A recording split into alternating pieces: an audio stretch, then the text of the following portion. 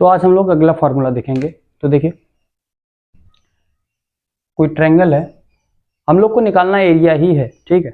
अगर किसी ट्रायंगल का हम लोग को पेरीमीटर मिल जाए,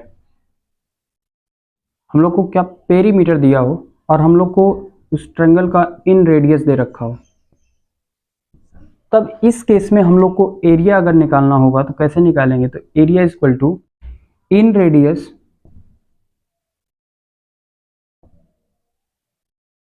इनटू सेमी पेरीमीटर,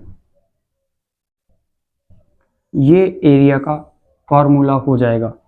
अगर पेरीमीटर, हम लोग को किसी ट्रायंगल का पेरीमीटर पता है, इन रेडियस पता है, तो उस केस में एरिया अगर निकालना हम लोग को, तो रेडियस इन रेडियस इनटू सेमी पेरीमीटर हो जाएगा इसका एरिया का फॉर्मूला।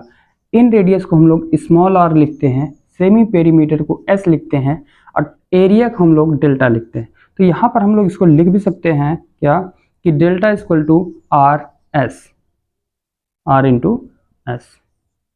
तो ये हो जाएगा हम लोग का ट्रायंगल के एरिया का फॉर्मूला। कब? जब यहाँ पर हम लोग को पेरीमीटर और इन रेडियस पता होगा, ठीक है। तो इस पे हम लोग एक क्वेश्चन कर लेते हैं। तो क्वेश्चन दे रखा है कि एरिया दे रखा है 15 सेंटीमीटर स्क्वायर, इन रेडियस दे रखा है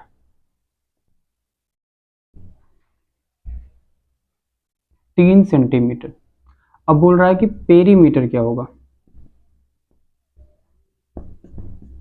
तो इसको हम लोग कैसे सॉल्व करेंगे? देखिए, अभी हम लोगों ने फॉर्मूला पढ़ा कि area equal to inradius into semiperimeter, ये होता है फॉर्मूला। एरिया दे रखा है कितना? 15 सेंटीमीटर स्क्वायर, इन रेडियस दे रखा है 3 सेंटीमीटर इनटू एस क्या है? Semi perimeter. पहले हम लोग सेमी पेरीमीटर निकाल लेते हैं क्योंकि ये हम लोग को पता नहीं है, ठीक है। तो यहाँ पर एस इक्वल टू क्या हो जाएगा? ये 3 कहाँ जाएगा? इसको काट देगा, 3 बचे 15, तो एस इक्वल टू क्या हो जाएगा? 5। सेमी पेरीमीटर मतलब क्या होता है? पेरीमीटर का आधा।